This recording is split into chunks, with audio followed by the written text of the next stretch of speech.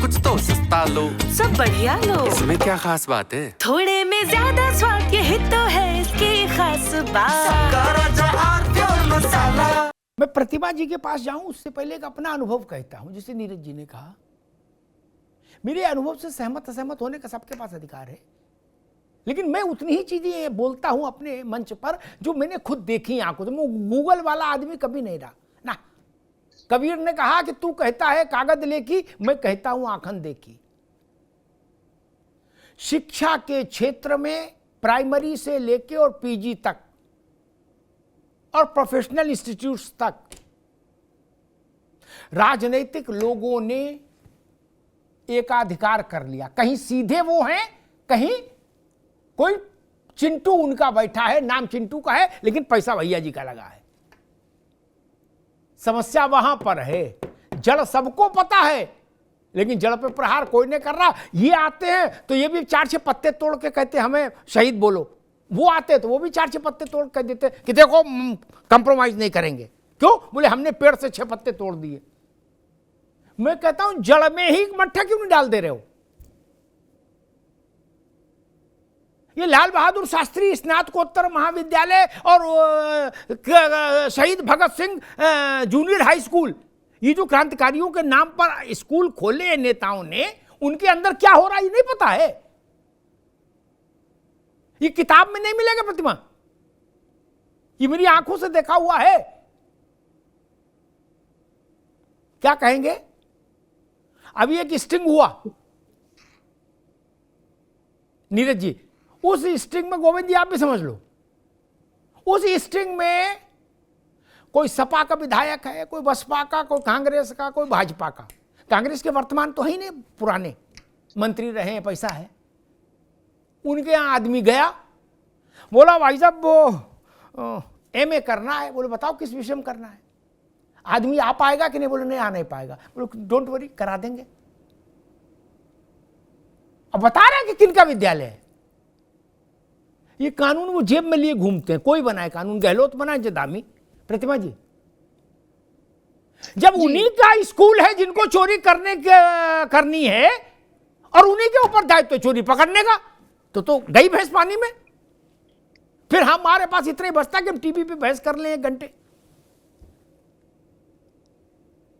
देखिए अमिताभ जी, आप जो भी कह रहे हैं उस बात से मैं पूर्णतः सहमत हूँ, लेकिन बात ये भी है कि आज बैठ करके इस टीवी चैनल डिबेट पे भारतीय जनता पार्टी के नेता, मैं कहूंगी क्योंकि प्रवक्ता तो भाजपा ने भेजा नहीं है, तो वो ये कह रहे हैं, कांग्रेस पे आप आरोप लगा रहे हैं, या अन्य मैं पैनलिस्ट को भी बोलूंगी, तो ये भी याद रखना होगा कि आज अगर कांग्रेस पार्टी जिस तरीके से आपने देखा, धामी जी हो गए या अन्य प्रदेशों में आप नियुक्तियां पत्र बांट रहे हैं एक आयोजन करके, अगर कांग्रेस पार्टी के कार्यकालों में भी ये नियुक्तियां पत्र बटे होते तो मैं आपको श्योरिटी के साथ ये कह सकती हूँ, चाहे मैं हूं, आप हो या पैनल में बैठे हर व्यक्ति हो या जो देख रहे हैं वो भी, उनके घरों में कम से कम 6-6, 7-7 ऐसी नियुक्ति पत्र होते जिसमें इंदिरा जी से लेकर गांधी जी, जवाहरलाल नेहरू से लेकर के राजीव जी तक से लेकर के कांग्रेस के कई प्रधानमंत्रियों के चेहरे जो है छपे होते उनके घरों में। तो कांग्रेस पार्टी ने ये कार्य कभी नहीं किया। जैसे जैसे समाज में परिवर्तन हुआ, इस तरीके की चीजों को फेस करना पड़ा। आप राजस्थान की बात कर रहे हैं, राजस्थान में एक बदले की राजनीति भारतीय जनता पार्टी, मैं भाजपा के 10 स्टेट गिना दूंगा, इंडिया गठबंधन के 10 गिना दूंगा।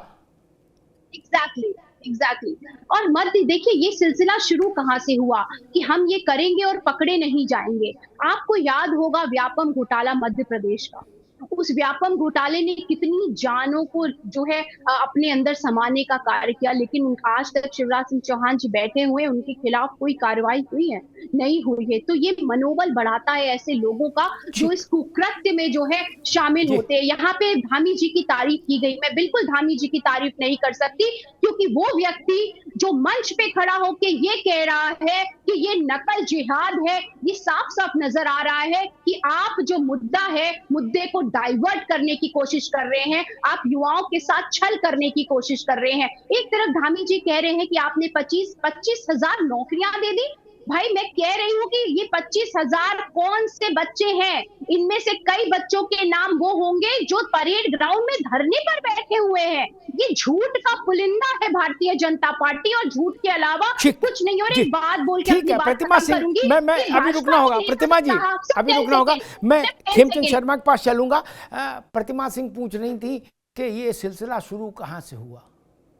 ठीक है, नई पीढ़ी की हैं, उनको पूछना चाहिए, जानना भी चाहिए।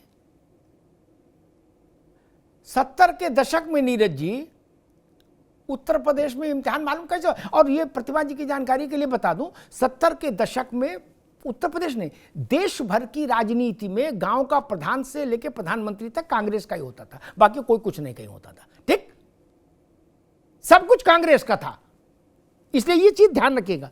मालूम कैसे होता था, एक बता दूं, खेमचंद जी आ रहे हैं, बड़ा रोचक किस्सा है मेरा अपना। मैं भी विचित्र प्राणी था, एक बार चला गया, 12वीं का इम्तिहान था या 10वीं का बोर्ड का, तो मैंने कहा आंखों से देखूं, लोग कहते थे आके, तो चला गया मोटरसाइकिल पर बैठ के, तो थोड़ा सक्रिय था वहाँ, तो लोग जानते जुनते थे, तो वहाँ 10-12 राइफल वाले मूछे बिल्कुल नथुलाल जैसी गेट पे थे स्कूल के, और ऐसे ही कोई नाम था शहीद भगत सिंह महाविद्यालय टाइप का कुछ, वो नाम ऐसे ही रखते थे राष्ट्र भावना से ओतप्रोत। क्या कांग्रेस के एक वो थे विधायक, उनका था। तो मैं गया, अब आपको चीज समझनी है तो बन के तो वैसे ही जाना पड़ेगा। मैंने कहा कि भाई एक लड़का हमारा है, इधर, हमने कहा देख लूं। अरे बोले भाई साहब बताओ, इधर आओ, रजिस्टर लाओ। बोले बताओ नाम। बोले रजिस्टर में लिखो और ए ग्रेड वाले कमरे में लिखो। मैंने कहा ए ग्रेड मतलब ग्रेड में कमरे बांटे? बोले हाँ। मैंने ए ग्रेड में क्या होगा? प्रतिमा जी सुन लो, आप लोगों को समझना चाहिए, खेमचंद जी आपको भी, गोपाल बाबू, अरे गोविंद जी आप भी समझो, तब हल्ला बोल पाओगे। बोले ए ग्रेड में भैया ये है कि कॉपी मास्टर लिखेगा, लड़का अपना बाहर सिगरेट पिए, बीड़ी पिए, कोई जैसा क्या, मास्टर की जिम्मेदारी लगा दें, कॉपी लिखो जमा कराओ। क्या? मैंने कहा बी में, अच्छा बी में कराएं तो क्या होगा? बोले बी में किताब कॉपी नहीं, मास्टर बोल देगा पर्चा का हल, लिखना अपने आप पड़ेगा। एक मास्टर आएगा, खड़ा हो जाएगा, नंबर 1 से लेकर 10 तक सारे सवाल हल करा देगा।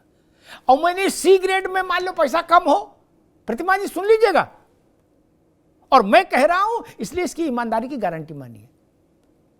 बोले भाई सी में यह है भैया कि लड़के को अपनी किताब कॉपी खुद लानी पड़ेगी, अपनी नकल खुद करनी पड़ेगी, हमारी कोई जिम्मेदारी नहीं, पास हो चाहे फेल।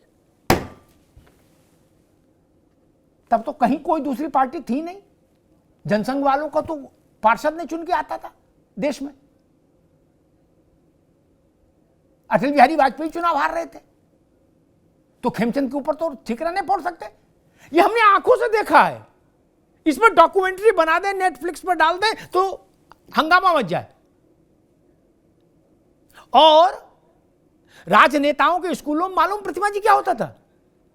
स्कूल के चारों ओर वो 6 फुट गहरी खाई खुदवा देते थे, उसमें पानी भरवा देते थे। मैंने पूछा ऐसा क्यों करते हो गोविंद जी?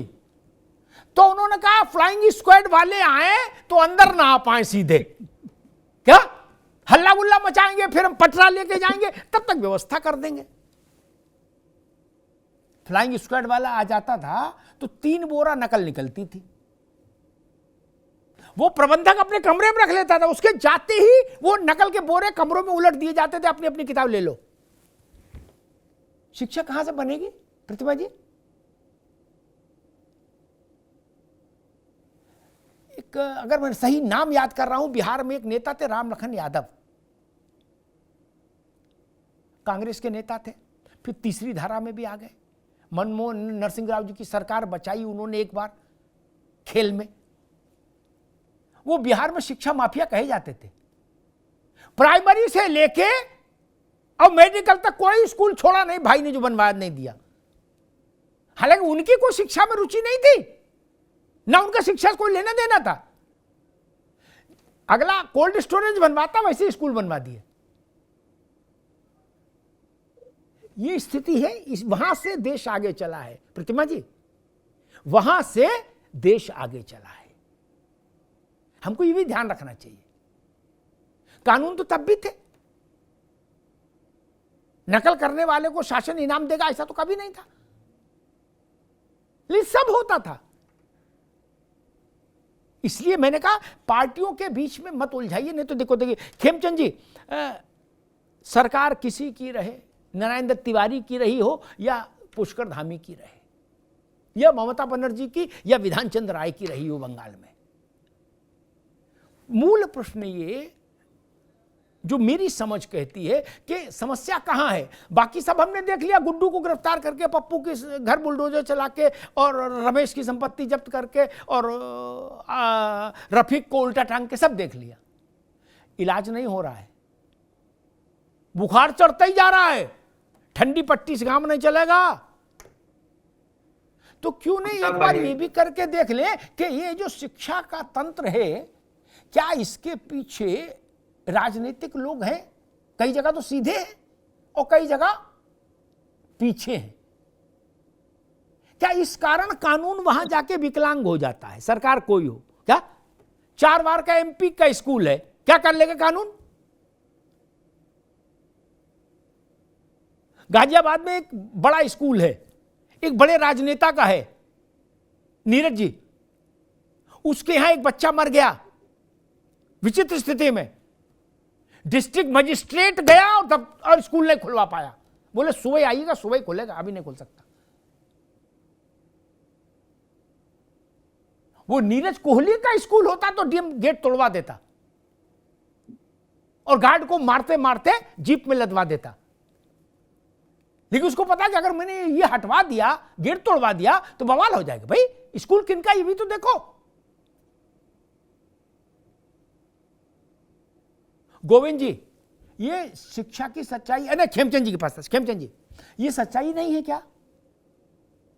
अमिताभ भाई, मैं आपके बयान पे कुछ कमेंट नहीं करना चाहूंगा, अपने सोच समझ के बोला है, लेकिन कुछ चीजें हैं जो पर्ची और खर्ची से कांग्रेस के जमाने में चलती थी, वो नहीं चल रही। हमने सिस्टम को बहुत ज्यादा बेटर किया है, ट्रांसपेरेंसी हम लाए हैं, हमने टेक्नोलॉजी का उपयोग किया है।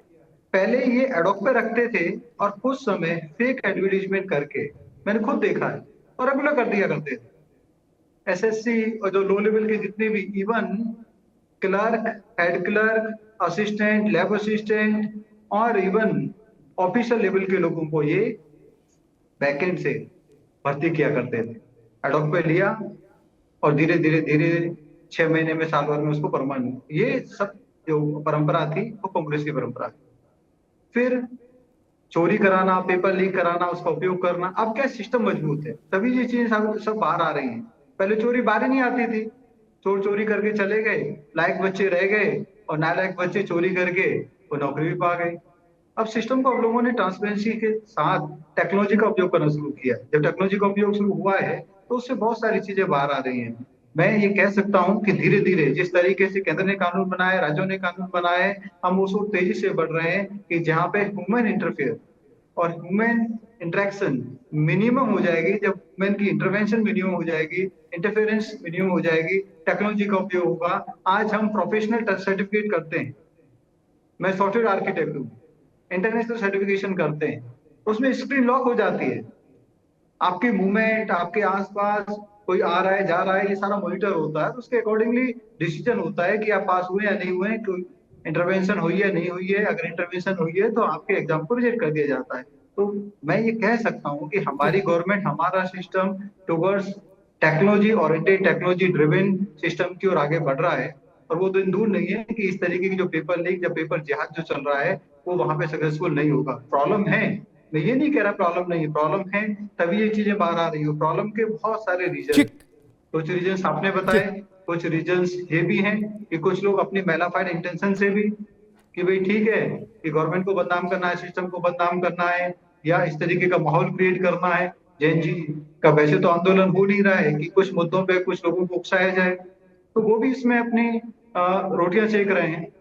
लेकिन जो गोविंद जी, कुछ तो सस्ता लो, सब बढ़िया लो, इसमें क्या खास बात है? थोड़े में ज्यादा स्वाद, यही तो है इसकी खास बात। मसाला